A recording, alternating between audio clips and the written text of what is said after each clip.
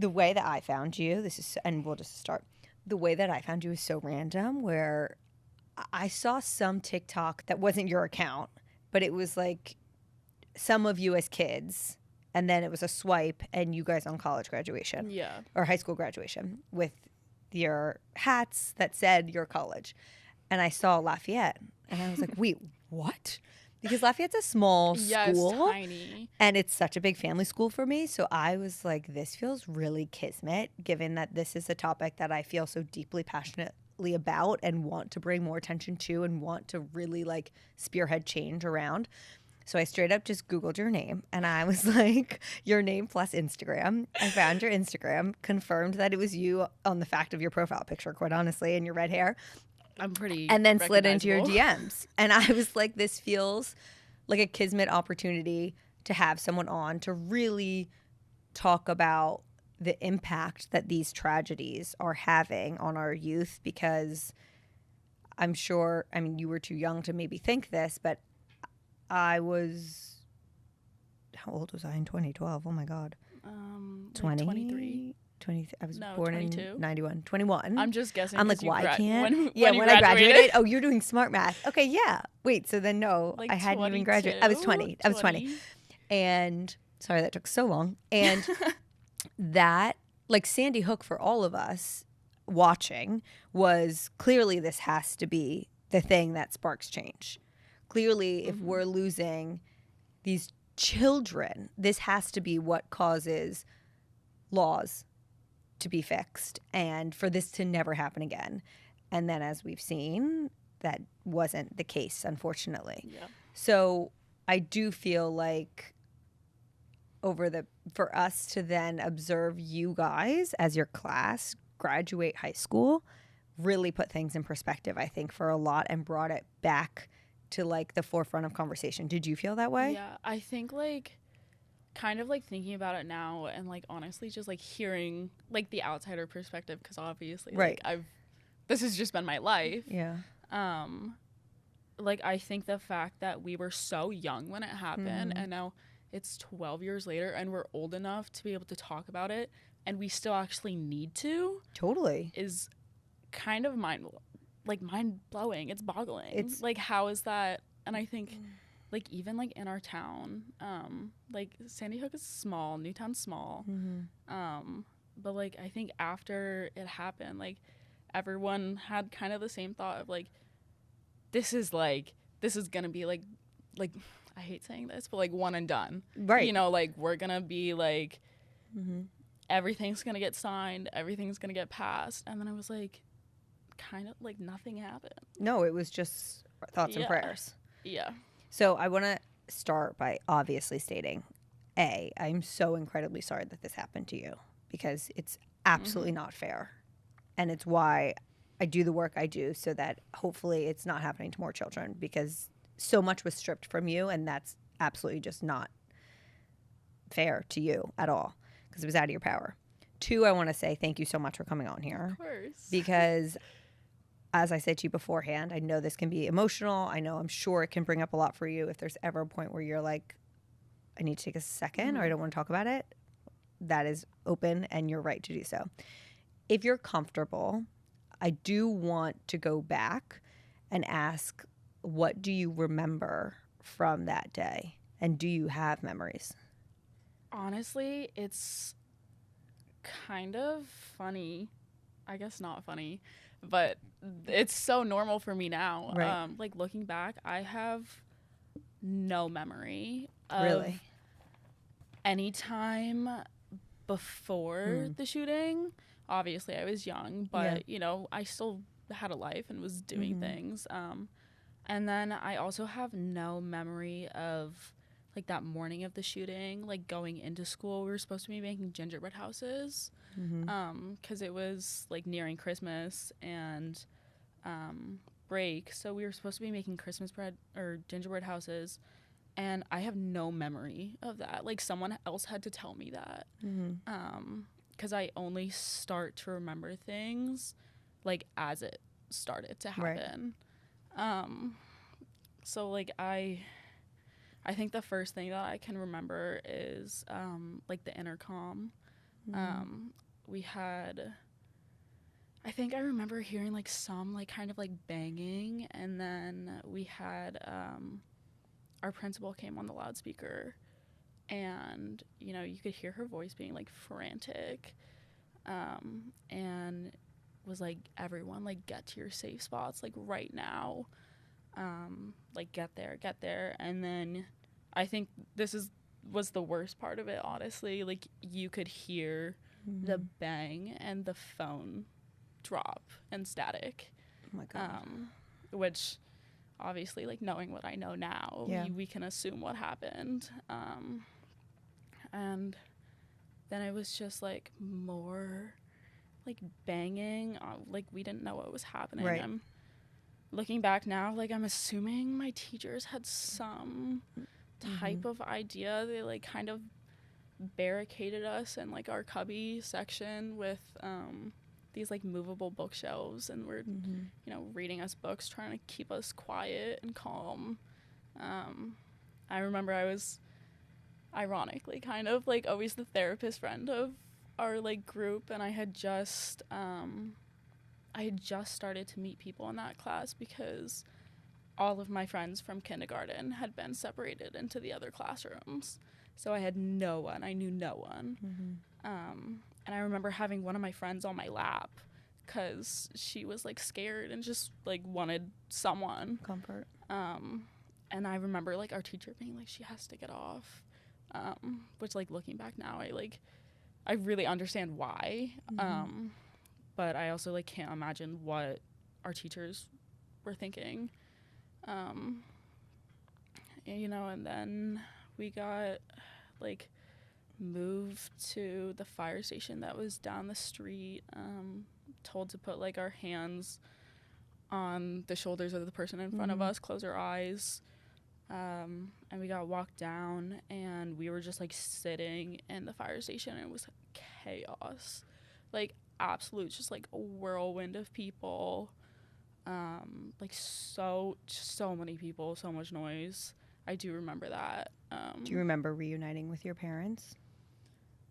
I don't remember reuniting with them like that day. Like, the fire station's really blurry for me.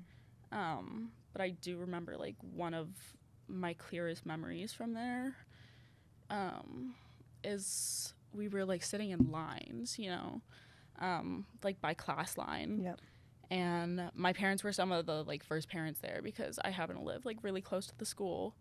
And, you know, they were like lining us up by class and by grades, and like you could see that a chunk of like the first grade class was missing, which was my grade. And I remember I had a friend standing behind me, and his dad had come, and he said, you know, like, hey, like, where's so-and-so?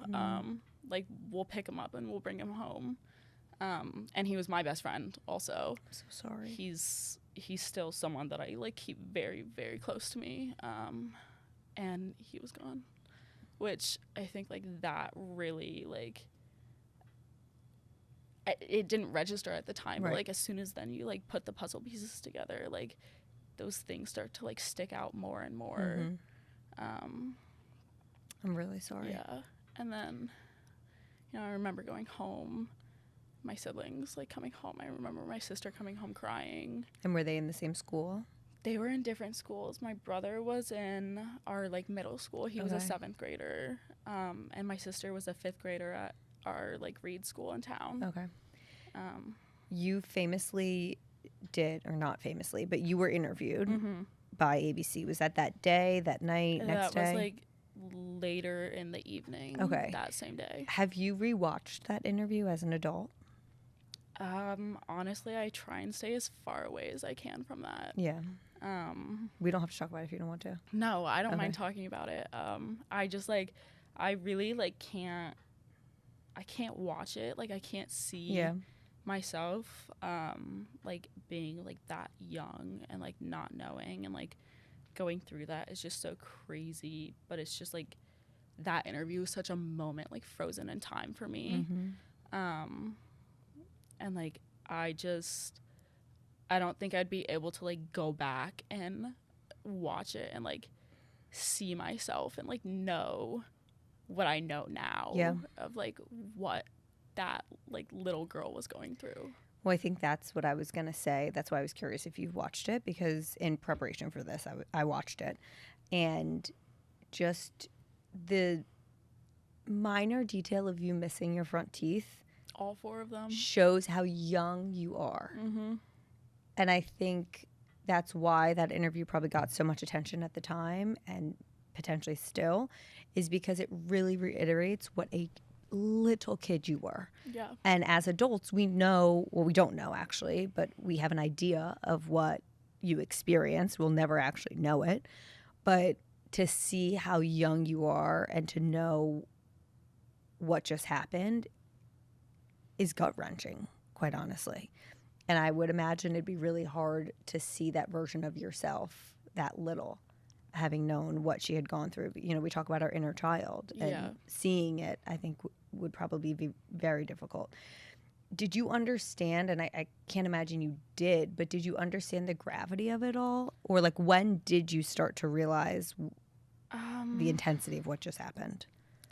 I mean, I think I had kind of understood, you know, after we started to like get more of the like information that started to flood in, when my parents like told me who was gone, when, you know, in the weeks after, like going to funeral after funeral after funeral, like that did kind of click a little bit. But I think when I really, really started to understand the magnitude of Sandy Hook and, you know, the state of the country and the laws, was probably when I started getting to like middle school, probably like, you know, 12, 13. That's when it like really, really started to kind of like hit me. Do you feel anger towards that moment in time, that it robbed you of your childhood in a sense? Or do you not resonate with that statement? I do. At the same time, I had kind of a chaotic childhood prior to it. Both my parents were extremely sick. So, you know, my family had kind of always been in that little like chaos, like, you know, something's not quite right.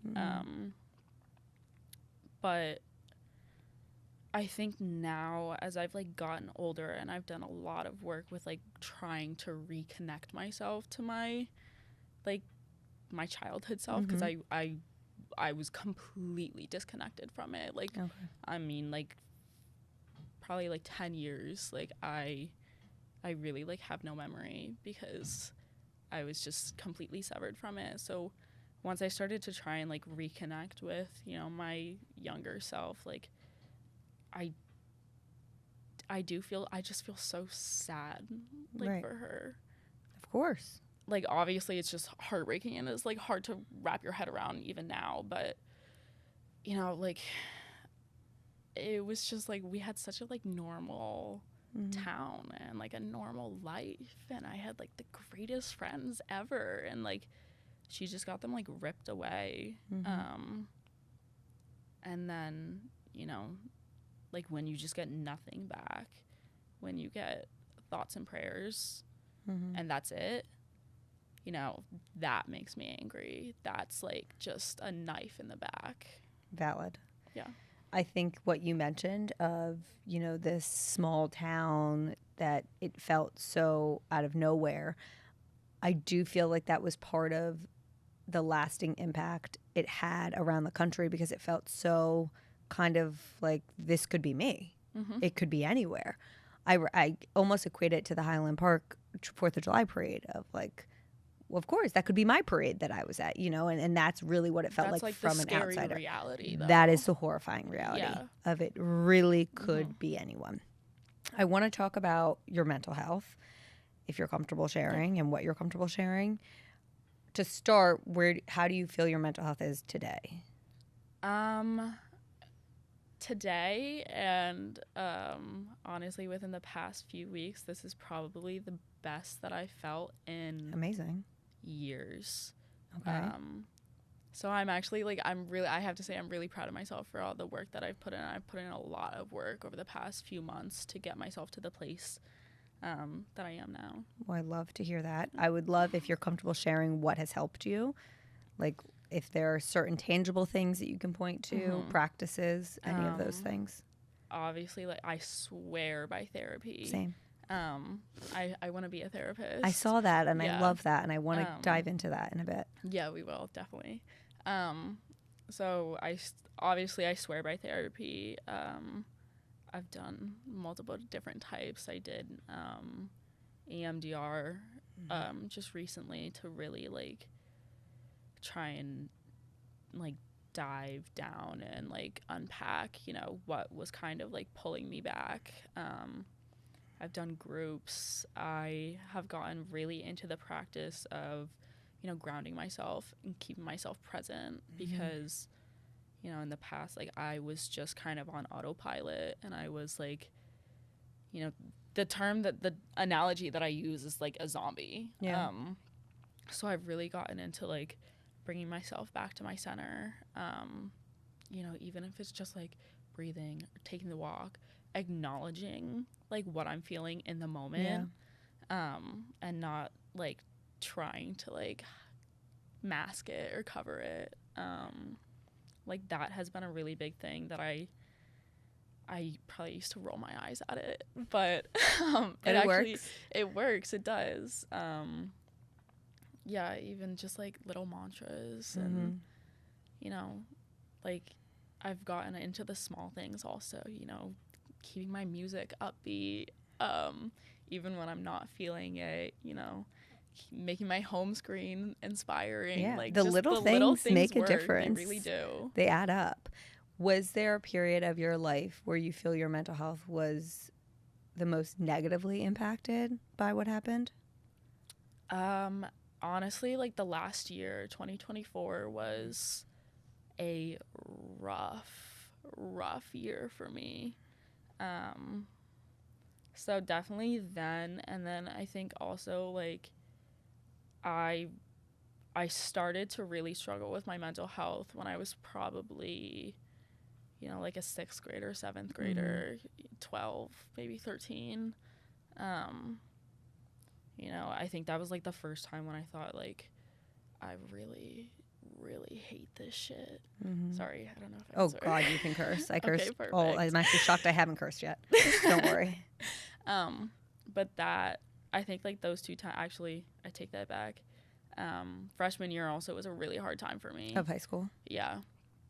I think those were like, those 3 like kind of periods of my life were definitely the worst. Is there something you can point to about those specific times? Was it connected to what you experienced? Like, was this past year because of graduation and kind of wrapping your head around the fact that not everyone was graduating with you that should have been? Was that a role? Did those things play a role in that? Yeah. I think, you know, I mean, senior year is supposed to be like the greatest year, and you're supposed to have the most fun. But for me, like, as we started getting towards the end, one, I was really conflicted on where I was going. So I felt like I had no direction. But at the same time, I kind of got to the realization that, like, you know, I'm leaving my bubble. And, you know, I know everyone kind of has that, but obviously, like, we're in a unique situation. Totally. And our town is just very, like, close-knit. And I'm very, very close-knit with my friends. So as soon as I started to kind of, like, realize that, like, I was leaving and I was gonna go to a place where, like, no one understood. No one can truly understand it. I just started to feel like so out of place. My anxiety was like through the roof. I started going into like a like pretty like bad place and episode. And it started affecting my body. You know, like the mind body connection is something that I've also like really gotten into this year. Yeah, I'm very sorry that that was your experience. Like, it's kind of to be expected when you think about leaving that community who knows what you've experienced and can relate in a way that no one else can. Yeah. There's safety there. And that was actually something I was curious about, and how you approach the topic when you're meeting new people. Like when you're at orientation and people are like, oh, where are you from? Or it comes up, what high school did you go to? I mean, is the school called Sandy Hook High School? No, it's called Newtown. So Sandy Hook's like a little borough inside of Newtown. But when it arises in conversation, because I imagine at some point it does, what is that like for you? Are you so sick of having to have that as part of your story? I don't know. Yeah, kind of. I'm trying to get to the place now where like I just start normalizing it, because obviously it's normal for me, and you know, as we mentioned before, this can happen to anyone. That's the scary reality. Yeah. So why am I feeling shame or, you know, bringing up more guilt for myself? Do you feel shame? Did you? I felt out of place. Okay. You know, I feel out of place a lot when I meet new people. And, you know, I do sometimes try and tiptoe around it. You know, I say that I'm from Newtown instead of Sandy Hook. But at the same time, you know, I've started to kind of get to the spot where it's like, I'm like, yeah, I'm from Sandy Hook. And if you know that there was a shooting, then, you know, yeah, I was there. That was me. But at the same time, it's such a big part of my identity, but it's not all of it. Absolutely not. You know, like that's not the only part of me. So, you know, it's kind of like I'm getting into like a balancing act of it. Yeah. What is it like to go about life?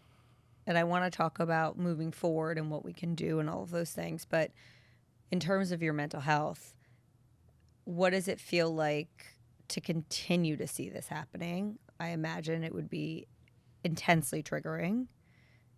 Is it? What is that experience like for you? Yeah. It's like, it's kind of difficult. Obviously, this last year I've gotten really into the activism side, which, you know, we say is like putting a purpose to the pain. Totally. But at the same time, I always am now making sure that, you know, like my mental health is coming first. I'm prioritizing myself because, you know, I in the past would never do that. So when I see, you know, a new shooting happen or, you know, a new news article come out, I will tend to look at it. But at the same time, if it's too much, you know, like I have to turn my phone off. I have to put it away. I know what they're feeling, you know. I get it without having to read all the details. And at the same time, you know, like me just reading it or, you know, giving some place like a new click on their link, that's not doing anything for the people who actually experienced it. Yeah. So other than getting their voices out, which is so important if you're strong enough and up for it, at the same time, like I'm way more focused on making sure that it's not happening to someone else, making sure that I'm okay, and then making sure that, you know, the people around me or the people in that community are at least getting the support that they need. Yeah. Last question in terms of mental health. Do you feel, have you experienced PTSD from that experience? Yeah. Like, are there, and we don't have to dive into this, but I'm just curious. I think it's something that many people feel who haven't experienced your experience when they're in crowds or movie, you know, now because we've seen over 4,500 mass shootings since, I think I was looking at stats earlier today. That's from 2015 to 2024. That's astronomically horrible. And I know it's top of mind for many of us. And then I imagine it could be more top of mind for someone who's actually experienced it. Do you resonate with that? Yeah. I mean, I wouldn't say that I have, you know, the craziest PTSD. I would say a lot of people go through a lot more than I do, but at the same time, it does, make me uneasy when there's large crowds. Right. I remember like the first time that I was in my dorm alone and I could hear like loud footprints in the hallway or a door slam. Like I do get a little jumpy. I notice it. Other people it's just background noise, but for me, like my attention is diverted that way every time. Every time I'm in a classroom, consciously or unconsciously, like I know exactly where I'm sitting. My back is not to the door. I have a plan in case something goes wrong. It's automatic at this point, which is so sad, but there's just, Yeah. like it's just ingrained in my head now. I asked that not to pry, but to really show, and we talked about this beforehand, like we have the stats on mass shootings. We have the stats on how many lives lost. We have the stats on how many children are killed. But what we will never scratch the surface on is the stats around the mental health impact that these mass shootings have on people. Whether you are a survivor who was there that day, sure, we could maybe tangibly say this number of people were impacted directly, but it's a spider web from there. Yeah. It's your siblings, it's your parents, it's your friends, it's your friend's sibling. It's the kid who watched it on the news so often at a certain age.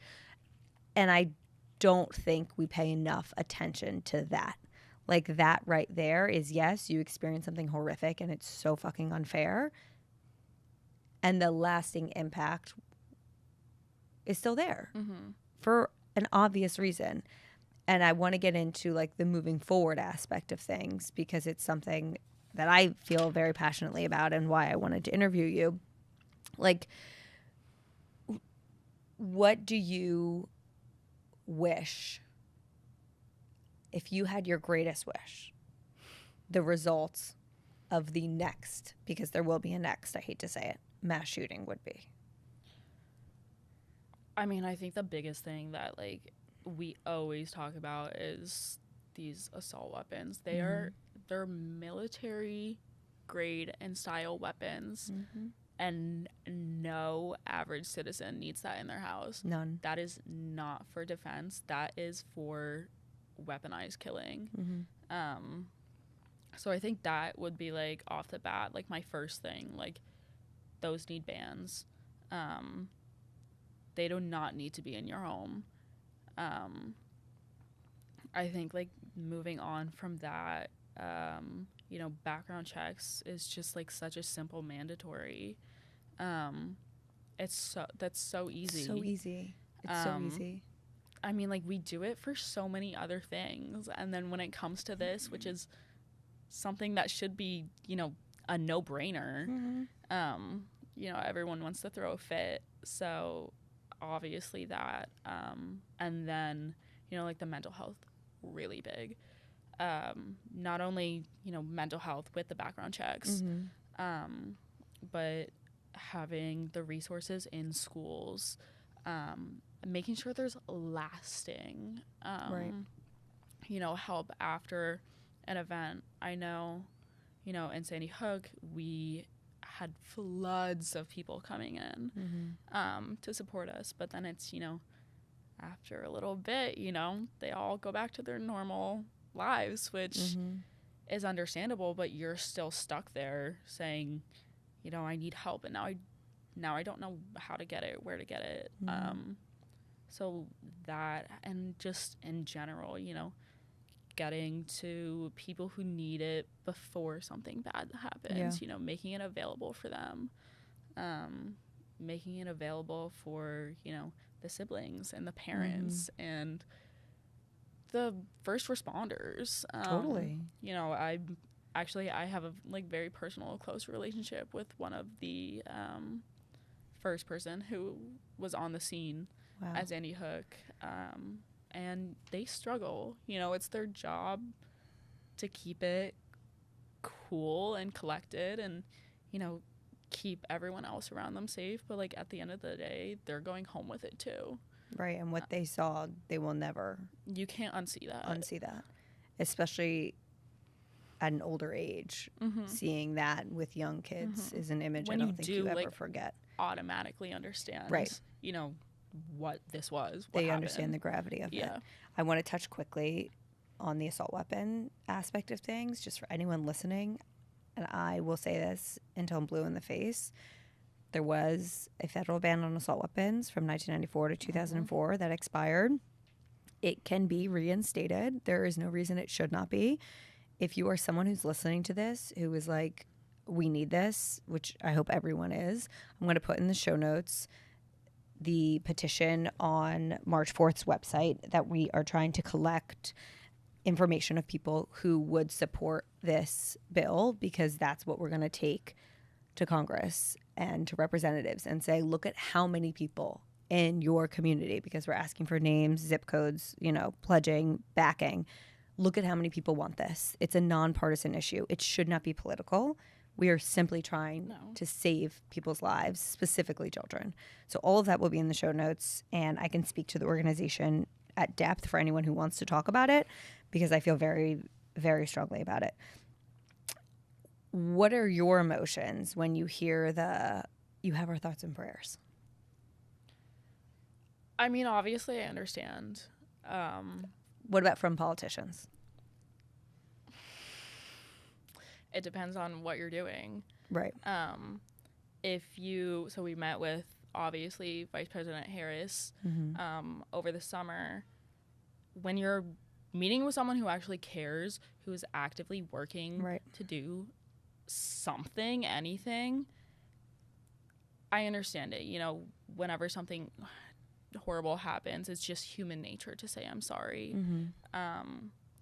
But when you can say I'm sorry and I'm gonna do something instead of just saying I'm sorry and then turning your back, you know, that's the difference. And it's a big one for survivors, honestly. Like, actually, like, feeling heard and continuously heard and supported, it's big. It has a big response. Yeah. I mean, that makes sense. Have you found yourself drawn to the advocacy and activism aspect of all of this? And, like, does that feel, I know you mentioned, I forget if we were recording or not, but putting pain to purpose, like, has that helped you work through your emotions? Yeah, I think so. I think for a lot of my life, you know, I've had that, like, I should have done something. What could you have done? Nothing. Exactly. Nothing. You know, as I got older, I had to start, like, consciously saying that to myself. But, you know, like you say, you think, you feel like, I wish I did something. I wish there was anything. And for me, like, going into that activism, it kind of, you know, like, fills that part. We always say, though, you know, gun violence survivors don't owe you our stories. We don't owe you our voices. We don't owe you our activism. But unless we choose to. Right. And for me, that's something that's been healing and has kind of filled that, and, you know, makes me feel like my voice does matter, and I can, you know, make some type of change, hopefully. Yeah. How do you feel that moment in time has shaped you as a person? I feel like in every way. You know, I think almost every aspect of my life has been shaped by it. The way that I interact with people, you know, my career choice, you know, the friends that I keep around me, and the way that I interact with them. You know, friends are something that everyone loves, but for me it takes on a different, you know, connotation. I'm overly protective of my friends. I love them. I would never let anything happen to them. So, you know, I can't say if that would have been different if not, because, you know, I was 7. You know. I barely had a life before that. But I think there's no doubt that in every place you look, you know, there's some tie back to it. Yeah. I just want to touch briefly on, we discussed like the spiderweb impact. Do you agree to that? Like, how have you seen that play out in terms of the mental health impact that the shooting had on your community, your loved ones, people who weren't necessarily in the building, but were a certain degree of separation? I mean, like, I see it a lot through my family. Obviously, I was the only one who was actually physically there, but, you know, I see it in my parents when they say they hate the sound of helicopters or ambulances. You know, I see it in my older siblings who automatically understood the gravity of the situation, and then, you know, my parents always say that, like, they were waiting for me to fall apart after, when really, like, it was them who struggled with it immediately after. I think, like, honestly, one of my favorite connections to it, my brother's a huge history buff. Okay. So his like college essay was about his love for history, and he said, you know, we always read these numbers of casualties that happen in war and you know how many people were lost, and he said, I never truly understood the magnitude of it until this happened, until I saw the spiderweb effect, because behind that one person, you know, there's 5 members of the family, there's 10 friends, you know, there's 30, however many extended family, friends, colleagues, everything.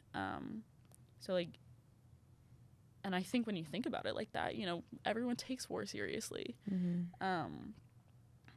And, like, it's a war on our schools, honestly.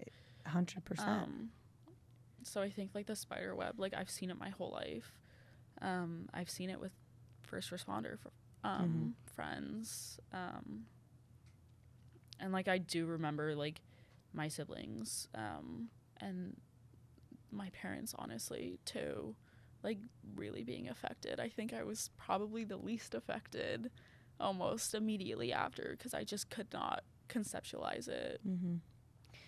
What do you wish, because I think it's rare that we hear from someone so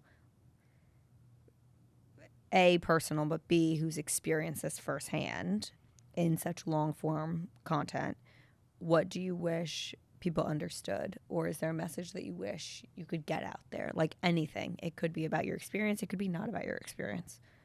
Oh, that's a hard one. I always want to say, like, if people who don't as often have this opportunity to touch this amount of people, like, I want to give them the opportunity to say something if they've been thinking about it, if they want it out there, like if they wish people knew, anything.